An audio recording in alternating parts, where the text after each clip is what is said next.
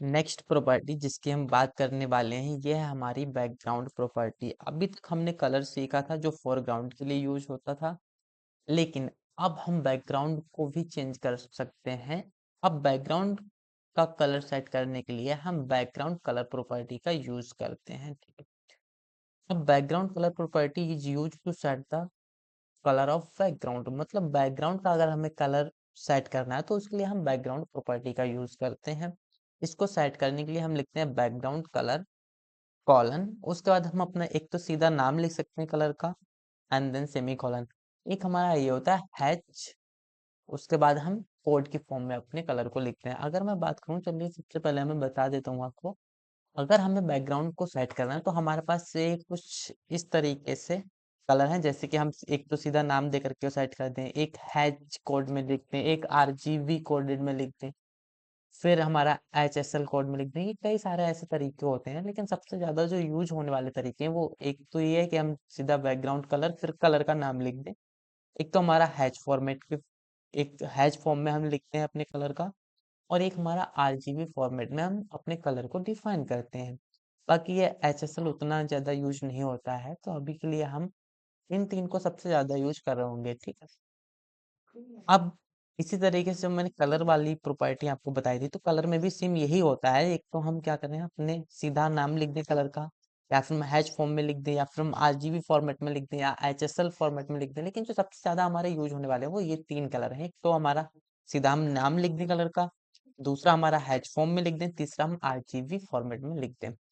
तो अब हम बात करें अगर बैकग्राउंड की, तो बैकग्राउंड के लिए हम क्या करते हैं, सीधे अपने हम आगे अपने कोड में इसको ब्लैंक कर दे रहे हैं, और यहाँ पे हम अपनी जो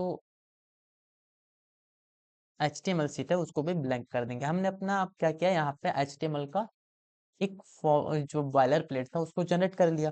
अब यहाँ पे मैं लिख रहा हूँ H1 में मैंने लिख दिया, मान लो हेलो वर्ल्ड, ठीक है। तो मैंने H1 के अंदर हेलो वर्ल्ड लिख दिया। फिर मैंने एक पैराग्राफ क्रिएट किया, पैराग्राफ के अंदर मैंने लिख दिया this is a paragraph in the document, ठीक है। और तीसरा मैं एक बटन बनाने वाला हूँ, तो बटन को मैंने ऐसे ही बना लिया, और यहाँ पे मैं लिख दे रहा हूँ क्लिक मी। तो मैंने लिख दिया क्लिक मी। अब ये हमारा बटन था। अगर अपने क्रोम पे जाएं और हम इसको देखें कि हमारा कैसा दिखाई दे रहा है, तो अभी हमारा जो पेज है यानी कि डॉक्यूमेंट है वो कुछ इस तरीके का हमें विजिबल हो रहा है, जहाँ पे मैंने अभी तक एक H1 हेडिंग क्रिएट की थी जिसमें मैंने लिखा था हेलो वर्ल्ड, दूसरा this is a paragraph in this document, and third मैंने क्या बनाया था, एक बटन बनाया था जिस बटन का मैंने नाम दिया था क्लिक मी, ठीक है। अब ये क्लिक में मैं चाहता हूँ कि ये जो क्लिक में हमारा क्या है, फोरग्राउंड है, और इसके बैक साइड में जो हमें ग्रे कलर दिख रहा है वो हमारा क्या है, बैकग्राउंड कलर। अब मैं चाहता हूँ कि क्लिक मी जो है इसका कलर चेंज हो जाए और बैकग्राउंड कलर भी चेंज हो जाए, ठीक है। तो मैं अपने बटन को सिलेक्ट करूंगा, मैंने बटन यहाँ पे सिलेक्ट किया। अब मैं चाह रहा हूँ कि इसका जो बैकग्राउंड कलर है वो क्या हो जाए, ब्लैक हो जाए, ठीक। अब हम जाएंगे अपने रिजल्ट पे, तो अभी हमारा ऐसा हमें कुछ विजिबल नहीं हुआ। क्यों नहीं विजिबल हुआ, क्योंकि मैंने अभी तक अपनी CSS फाइल को HTML फाइल के अंदर लिंक नहीं किया है। लिंक करने के लिए मैं क्या करता हूँ, लिंक, उसके बाद हमारा रिलेशन बताया, फिर href के अंदर मैं अपनी फाइल का नाम पास कर देता हूँ। फाइल का नाम हमारा क्या है, style.css। इसको सेव करेंगे, क्रोम पे देखेंगे, अब हमारा जो बटन था वो दिखने लगा। अब ये क्लिक में क्यों नहीं दिख रहा, क्यों नहीं दिख रहा है, क्योंकि बाय डिफॉल्ट जो हमारा ब्राउजर होता है वो व्हाइट कलर ही देता है, ठीक है।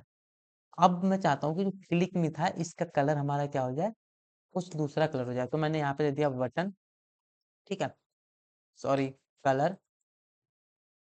तो यहाँ पे मैं दूंगा कलर, कलर मैं व्हाइट दे रहा हूँ, ठीक है। अब अगर हम देखेंगे तो हमारा क्लिक में हमें विजिबल हो रहा है। इसी तरीके से अगर मैं चाहूँ तो इसका भी बैकग्राउंड कलर सेट कर सकता हूँ, फोरग्राउंड भी दे सकता हूँ। हेलो वर्ल्ड का मैं चाह रहा हूँ कि जो हेलो वर्ल्ड लिखा है उन वर्ड्स का कलर दूसरा हो, उसके बैकग्राउंड में कलर दूसरा हो, तो वो भी पॉसिबल है।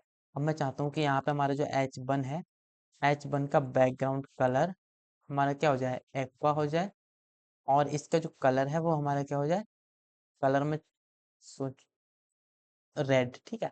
तो ये भी हमारा पॉसिबल है। अब हमारा this is paragraph in this document, ठीक है। इसको भी मैं क्या करना चाह रहा हूँ, इसको भी एक स्पेसिफिक कलर देना चाह रहा हूँ और इसका बैकग्राउंड डिफाइन करना चाह रहा हूँ। तो यहाँ पे मैं अपने पैराग्राफ को सिलेक्ट करूंगा, सिलेक्ट करने के बाद मैं इसका जो कलर है वो ग्रीन है और येलो दे रहा हूँ। जो इसका कलर है वो क्या है, ग्रीन है, और बैकग्राउंड हमारा कलर जो है वो येलो है, ठीक है। तो कुछ इस तरीके से हम अपने बैकग्राउंड को डिफाइन करते हैं। अब नेक्स्ट लेक्चर में हम देखेंगे प्रैक्टिस क्वेश्चन सॉल्व करेंगे, जिसमें अभी तक हमने जितना सीएसएस को पढ़ लिया वो सारा कुछ एक ही फाइल के अंदर हम अप्लाई कर रहे होंगे। तो मिलते हैं गाइस नेक्स्ट वीडियो में। Thank you for watching this video.